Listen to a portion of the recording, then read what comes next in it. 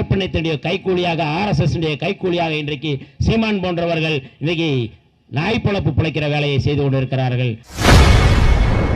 விசிக துணை பொதுச் செயலாளர் வன்னியரசு நாம் தமிழர் கட்சி ஒருங்கிணைப்பாளர் சீமானை கடுமையாக விமர்சனம் செய்துள்ளார். அவர்தான் காரணம் சொல்லிட முடியுமா?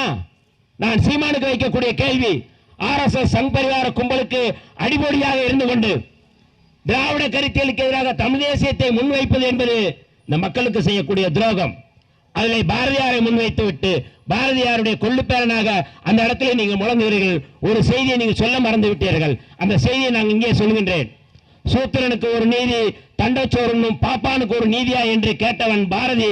அந்த பாடலை உனக்கு துணிச்சல் இருந்தால் அந்த RSS மேடையில உன்னால் சொல்ல முடியுமா? இதெல்லாம் மறந்துவிட்டு பார்ப்பனத்தினுடைய கைக்கூலியாக RSS கைக்கூலியாக இன்றைக்கு சீமான் போன்றவர்கள் இன்னைக்கு நாய் பொழப்பு பிழைக்கிற வேலையை செய்து கொண்டிருக்கிறார்கள். இதெல்லாம் இந்த தமிழ்நாட்டுக்கு செய்யக்கூடிய துரோகம், தமிழ் தேசியத்துக்கு செய்யக்கூடிய துரோகம். நாம் எல்லோரும் ஒன்றிணைந்து ஆளுநர் பதவி எப்படி ஒழிப்போமோ அதே போல வருகின்ற 26 தேர்தலில் இமாலய பார்ப்பனிய ஒட்டுக்குழுக்களை நாம் விரட்டியடிக்க வேண்டிய தேவை இருக்கின்றது.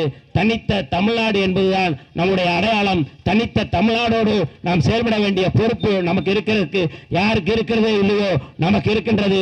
ஒரு காலம் நாம் அந்த தனித்த தமிழ்நாடுக்காக போராட்டத்தை நாம் தொடங்க வேண்டிய தேவை இருக்கிறது. ஏனென்றால் அவர்கள் இந்து ராஷ்டிரம் என்று சொல்வது அயோக்கியத்தனம். அரசியலமைப்பு சட்டத்தின் அடிப்படையில் இந்து ராஷ்டிரம் சொல்வது என்பது எதிரான